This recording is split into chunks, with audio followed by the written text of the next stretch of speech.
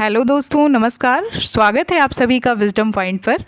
दोस्तों, हम देख रहे हैं हिंदी साहित्य से संबंधित एक महत्वपूर्ण श्रृंखला जो कि आधारित है डॉक्टर गोविंद पांडे व सरस्वती पांडे जी की किताब हिंदी भाषा एवं साहित्य का वस्तुनिष्ठ इतिहास पर। दोस्तों, ये वीडियोज़ आपके आगामी परीक्षाओं की दृष्टि से बहुत ही महत्वपूर्ण हैं। हम देख रहे हैं हिंदी साहित्य इतिहास लेखन की परंपरा, जिसके अंतर्गत आज हम देखेंगे आचार्य रामचंद्र शुक्ल जी द्वारा रचित हिंदी साहित्य का इतिहास ग्रंथ और शुक्ल जी के बाद हिंदी साहित्य लेखन की परंपरा में क्या बदलाव आया और शुक्ल जी ने आगे के इतिहासकारों को किस तरह से दिशा दी, ये हम आज के वीडियो में देखेंगे। तो चलिए देखते हैं आज के वीडियो का पहला पॉइंट और महत्वपूर्ण पॉइंट। हिंदी साहित्य इतिहास लेखन की परंपरा में आचार्य रामचंद्र शुक्ल जी द्वारा रचित हिंदी साहित्य का इतिहास का स्थान सर्वोच्च है।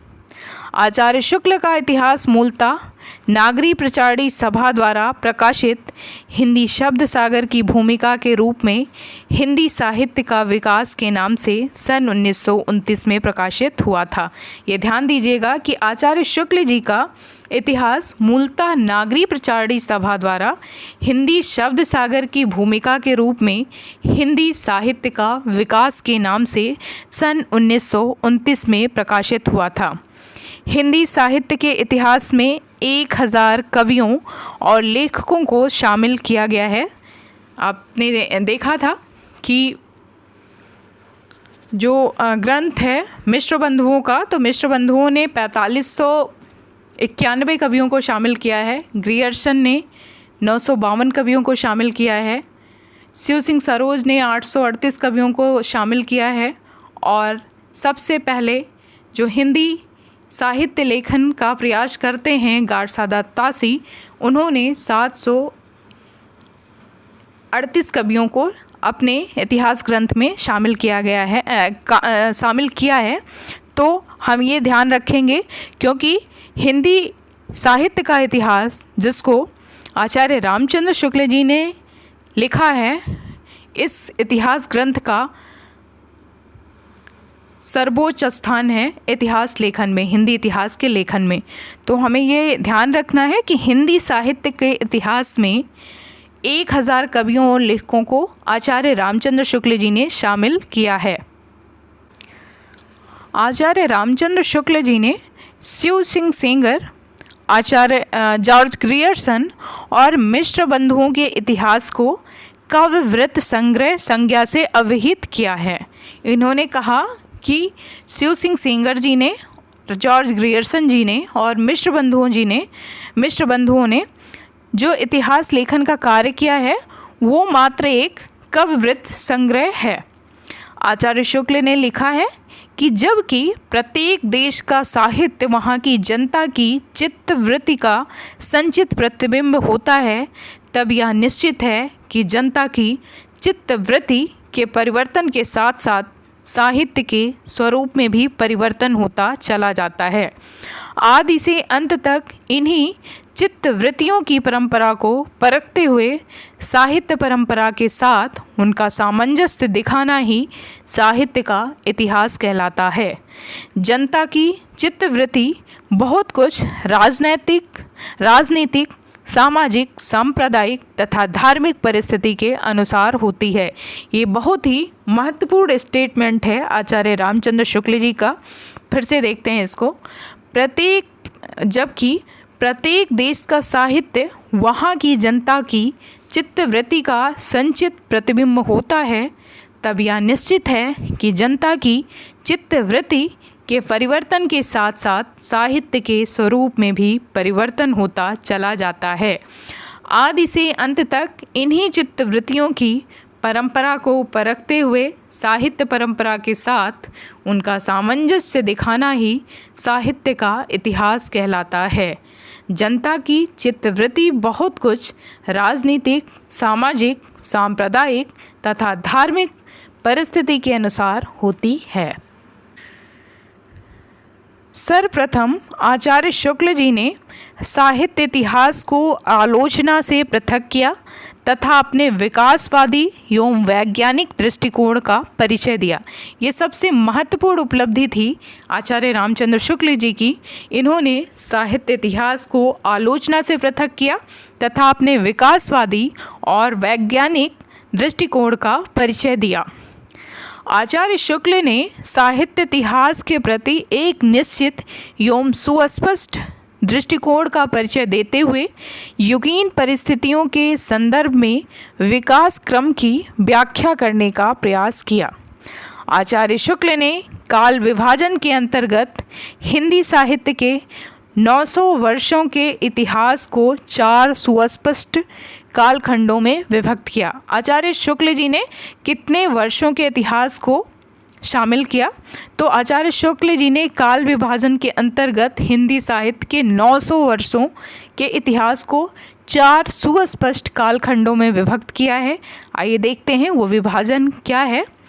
शुक्ल जी ने भक्ति काल को 4 भागों या शाखाओं में बांटकर उसे सर्वप्रथम शुद्ध दार्शनिक एवं धार्मिक आधार पर प्रतिष्ठित किया।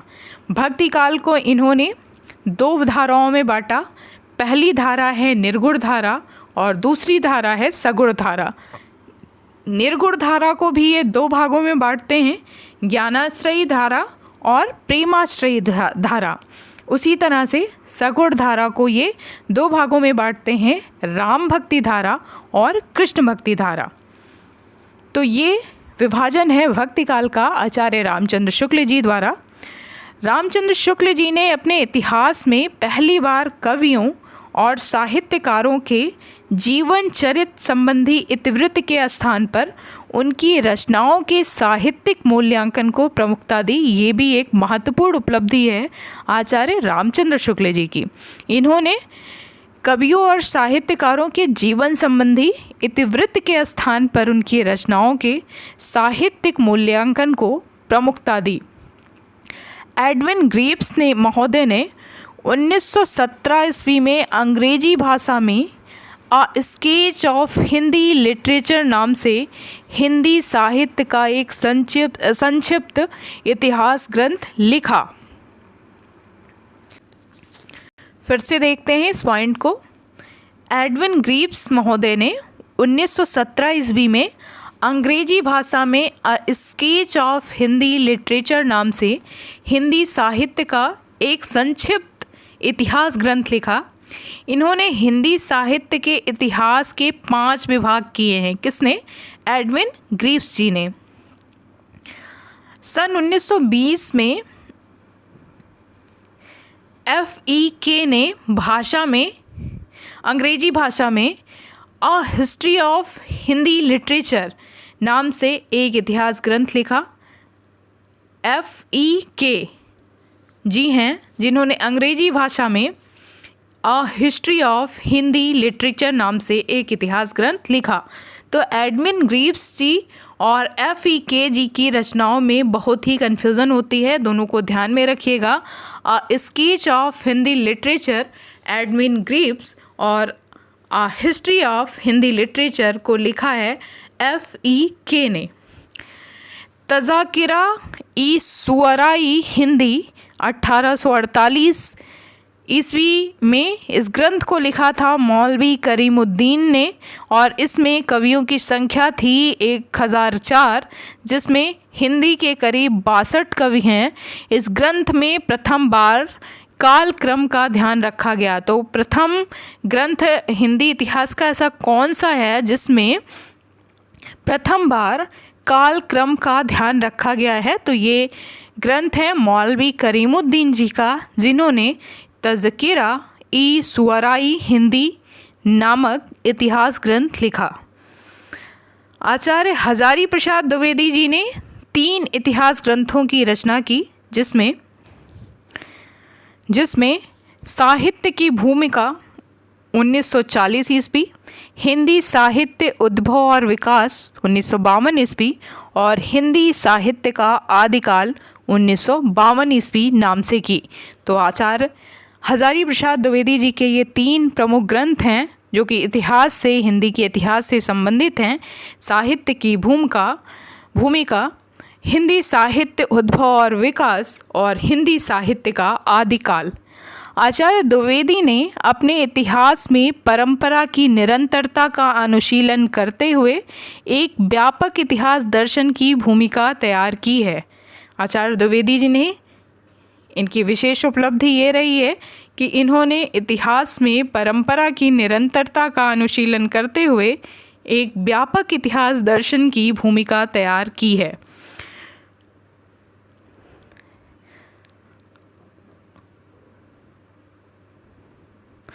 अगले इतिहासकार हैं डॉक्टर रामकुमार वर्मा जी। डॉक्टर रामकुमार वर्मा जी के इतिहास ग्रंथ का नाम है हिंदी साहित्य का आलोचनात्मक इतिहास।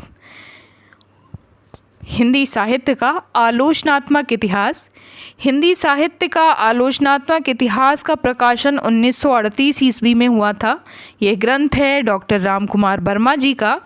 डॉक्टर रामकुमार वर्मा जी ने अपने इतिहास ग्रंथ में 693 से लेकर के 1693 ईस्वी तक की कालावधि अर्थात संधिकाल से लेकर भक्ति काल की अवधि को ही लिया है। इन्होंने 1000 वर्षों तक की कालावधि को अपने ग्रंथ में स्थान दिया है और ये कालावधि है 693 से लेकर के 1693 ईस्वी तक। जैसा कि आप जानते हैं कि आचार्य रामचंद्र शुक्ल जी ने 900 वर्षों का अध्ययन कर उन्होंने 900 वर्षों का समय लिया था और अपने ग्रंथ में उन्होंने इस कालावधि को स्थान दिया है। डॉक्टर वर्मा ने संपूर्ण ग्रंथ को 7 प्रकरण में विभक्त किया है। डॉक्टर वर्मा जी हैं जिन्होंने 693 ईस्वी से 1693 ईस्वी तक की कालावधि को अपने इतिहास ग्रंथ में जगह दी है और इन्होंने अपने ग्रंथ को 7 प्रकरण में विभक्त किया है। डॉक्टर वर्मा ने स्वयंभू को, जो कि अपभ्रंश के सबसे पहले कवि हैं, हिंदी का पहला कवि मानते हुए हिंदी साहित्य का आरंभ 693 ईस्वी से स्वीकार किया है। डॉक्टर वर्मा स्वयंभू को हिंदी का प्रथम कवि मानते हैं और जो कि अपभ्रंश के पहले कवि हैं और इन्होंने हिंदी साहित्य का आरंभ 693 ईस्वी से स्वीकार किया है। तो दोस्तों, ये था हमारा आज का वीडियो। उम्मीद करती हूँ कि आपको पसंद आया होगा। मिलते हैं अपने अगले वीडियो में, तब तक के लिए नमस्कार।